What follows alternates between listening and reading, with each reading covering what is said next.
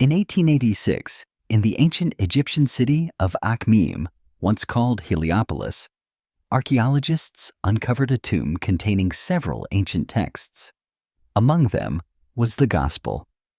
According to Peter, a remarkable account of Jesus' final days from the perspective of the Apostle Peter.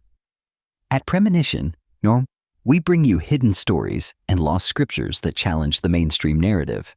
Today, we explore a gospel that vanished for centuries and what it reveals about the early Christian world.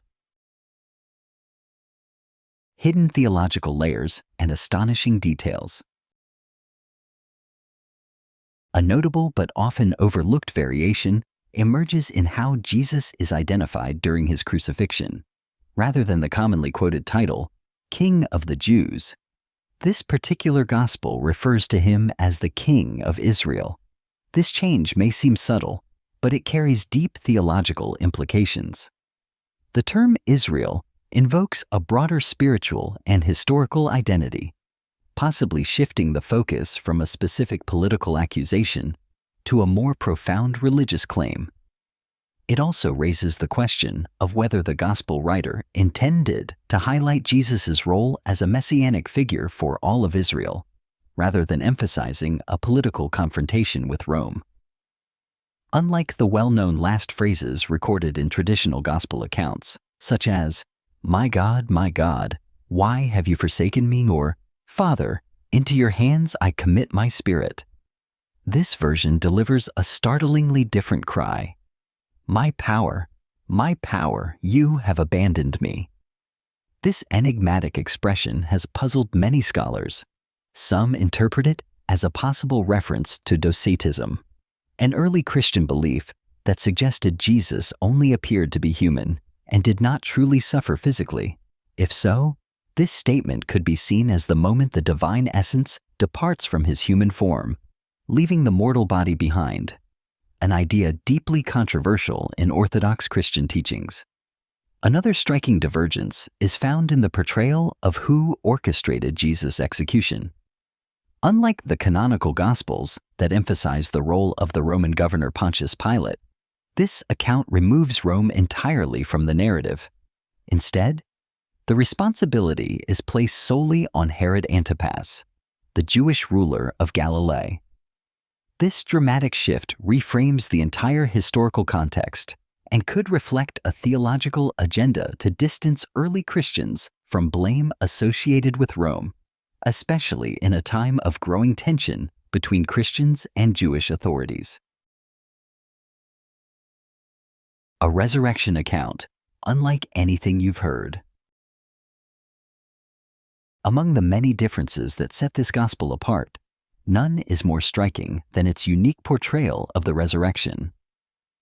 Unlike the quiet, early morning discovery described in the canonical Gospels, where a few women find an empty tomb and are told the good news, this version unfolds in a far more spectacular fashion. The scene is painted in vivid, almost cinematic detail. Two radiant beings descend from the skies and enter the tomb.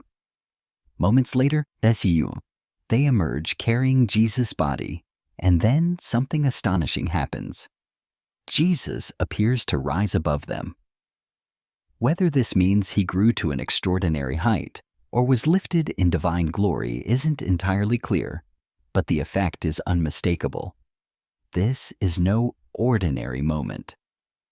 The resurrection here isn't hidden from view or whispered in hushed tones. It takes place before the witnesses, guards, perhaps other bystanders, all of whom see it unfold. There's no room for doubt. The event is powerful, supernatural, and meant to be seen. It isn't just a moment of hope for believers.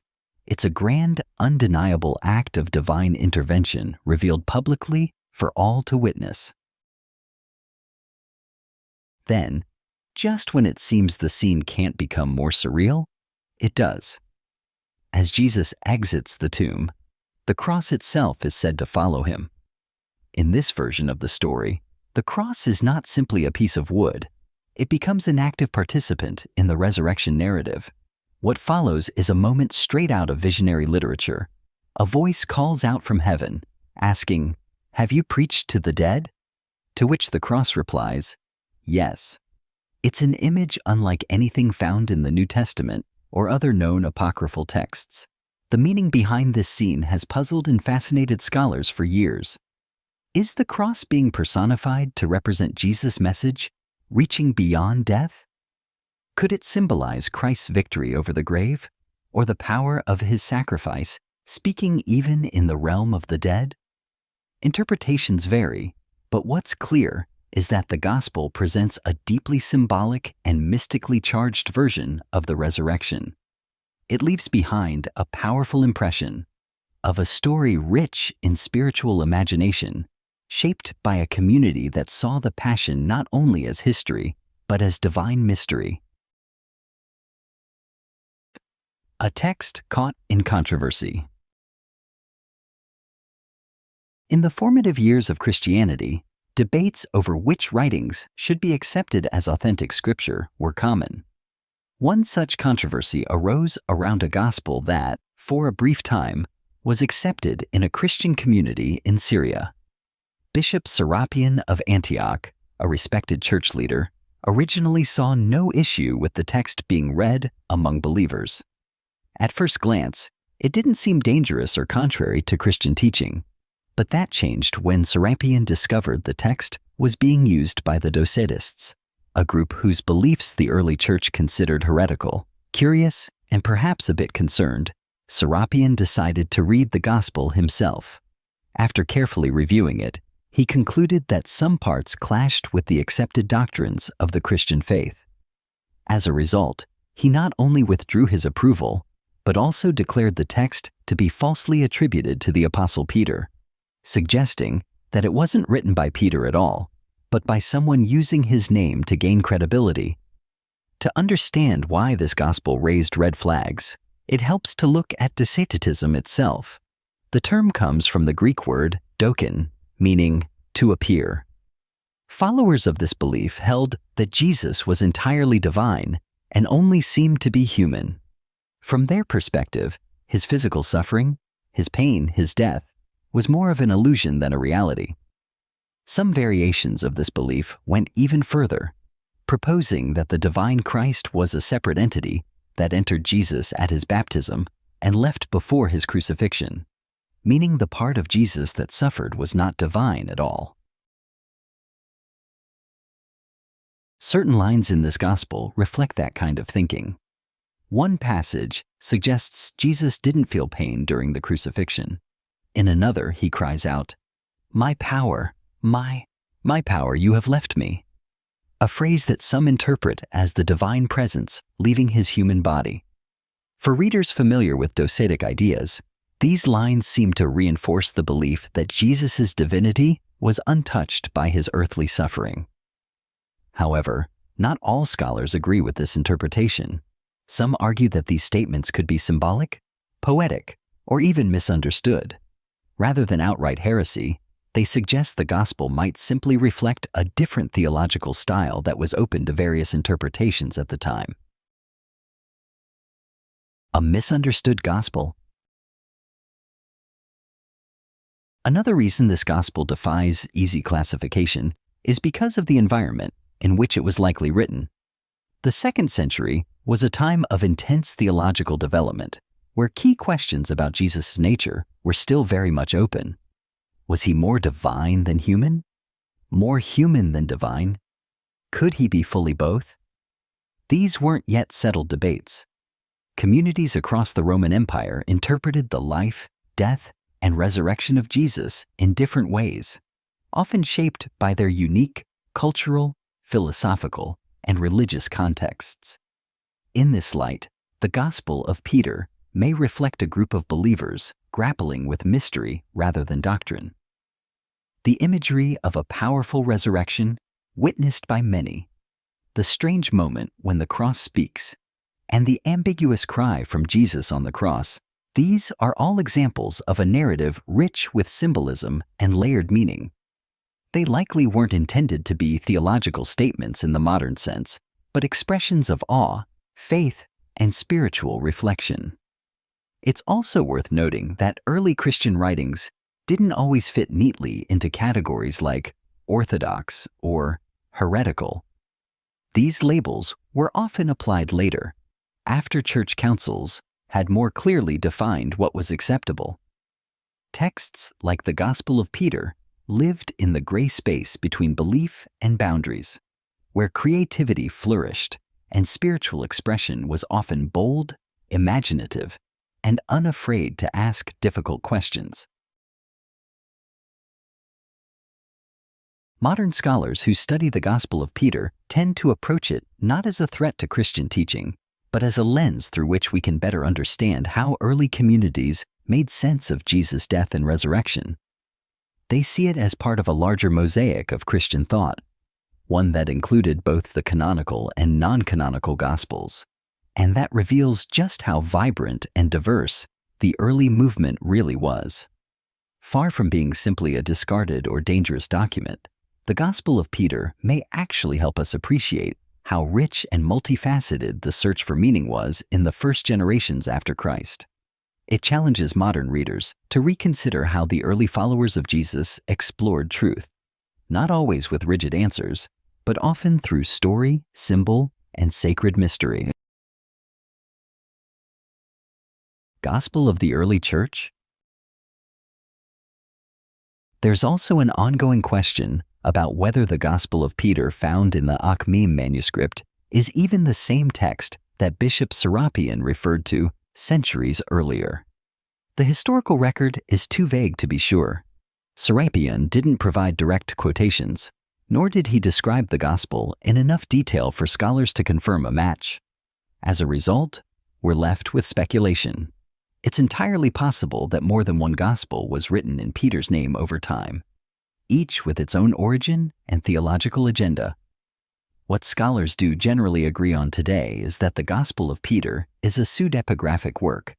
That is, it was written by someone other than Peter, likely long after his death, and attributed to him in order to gain authority within the early Christian community. This was not an uncommon practice in ancient religious literature. The Gospel's vocabulary, its theological themes, and its depiction of historical events all point to a 2nd century origin, well past the time when Peter would have been alive. One of the clearest indications of its later authorship is the way it portrays the Jewish leaders. The tone reflects a time when Christian communities were increasingly distancing themselves from Judaism and redefining their identity apart from their Jewish roots. This shift suggests the Gospel was written not as a direct account from an eyewitness disciple, but as a product of a changing and often turbulent period in early church history.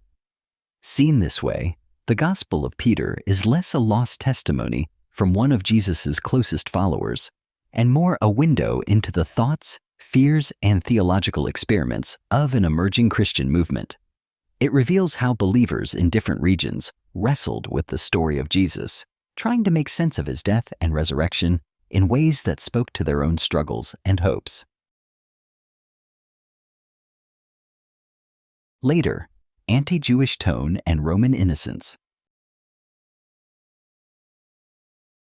One of the more striking differences between the Gospel of Peter and the traditional Gospels lies in how blame is assigned for the death of Jesus. In the canonical accounts, Matthew, Mark, Luke, and John, there's a complex, often delicate balance. While the Jewish authorities are portrayed as involved, the Romans, particularly Pontius Pilate, also play a significant role in the trial and execution. In contrast, the Gospel of Peter offers a noticeably different version of events. Here, Pilate's presence is minimized or entirely removed. Roman soldiers, typically central figures in the Passion story, are largely absent from the scenes of mockery and violence. Instead, the responsibility for Jesus' death is placed entirely on the Jewish leaders. This rewriting of the narrative likely reflects the Gospel's later origins. By the 2nd century, the early Christian movement was increasingly distancing itself from its Jewish roots. Tensions had grown, both culturally and theologically, as Christianity began to form its own identity separate from Judaism. In this context, It's not surprising that some Christian writers began to recast the story of Jesus in ways that highlighted that divide. What was once a shared heritage became, for some, a point of conflict, and that conflict found its way into the storytelling. A telling detail is how the Gospel uses the term, the Jews. Rather than referring to a specific group or religious authority, the text speaks of the Jews in broad collective terms, as a singular, unified opposition to Jesus. This kind of generalization is found to some degree in the Gospel of John, but in the Gospel of Peter, it is far more pronounced. The effect is to portray the Jewish people not as individuals or diverse groups, but as a single hostile force, responsible for rejecting and condemning the Messiah. This narrative choice had consequences far beyond the text itself. Over time, it fed into the development of anti-Jewish attitudes in Christian theology and liturgy, beliefs that would leave a lasting impact for centuries to come. By exonerating Rome and focusing blame entirely on the Jews, the Gospel of Peter reflects not only a theological perspective, but also a social and political one, an attempt to reshape identity in a world marked by shifting alliances and rising religious divisions. It's important to read this Gospel, not just as a sacred story, but as a document shaped by its time, its version of events, and the voices it chooses to highlight or silence reveal how early Christian communities were wrestling with their place in the world, sometimes through storytelling that reflected more about their present struggles than the past events they described. Exploring the Gospel of Peter. Although the Gospel of Peter never found its way into the official New Testament canon, it remains one of the most fascinating pieces of early Christian literature we have today. It offers more than just an alternate telling of Jesus' passion. It opens a window into a world where Christian belief was still taking shape. In the early centuries of the faith, ideas about Jesus, who he was, what his death meant, and how his resurrection was understood, differed widely across regions and communities. This gospel is a product of that diversity. It reflects an era when theological discussions were still open-ended. Some groups emphasized Jesus' divine nature. Others leaned into his humanity. Interpretations of his suffering varied, from symbolic to literal, from mystical to grounded. The Gospel of Peter doesn't present a final answer, but rather joins the larger conversation that was shaping the future of Christianity. Its pages speak of a time when belief wasn't defined by a single voice, but by many voices, each exploring profound spiritual questions in different ways. The version that survives today comes from a manuscript uncovered in the town of Akhmim, Egypt. Although the physical copy dates to the 6th century, scholars believe the text itself was originally written much earlier, sometime in the 2nd century. The fact that it was preserved by Egyptian Christians suggests it held lasting meaning for those communities, long after its exclusion from official doctrine. Its continued survival is no small thing. It reminds us that early Christianity was not a fixed or unified tradition. Long before councils drew lines between orthodoxy and heresy, there was space for a range of perspectives. The Gospel of Peter, with its distinctive resurrection account, bold symbolism, and theological experimentation, offers us a glimpse into that creative and uncertain time. Rather than viewing it as a rival to the canonical Gospels, we might see it as a reflection of the conversations that once defined the Christian movement. It's a text that invites questions, provokes thought, and reveals just how dynamic, and sometimes divided, the early church really was. In many ways, the Gospel of Peter isn't just an alternative gospel. It's a historical witness to the complexity, imagination, and growing pains of a faith still finding its voice. The Gospel of Peter is not just a historical curiosity. It's a key to understanding the evolution of Christian thought. Its dramatic resurrection account, theological ambiguity, and controversial history invite readers to reflect on the forces that shaped the Bible as we know it today. If you're intrigued by forgotten Gospels and hidden histories, this is a story worth exploring. For those seeking even deeper spiritual insights, The Forbidden Name of Jesus is a revealing ebook mentioned throughout the text, offering further mysteries long kept in the shadows of time.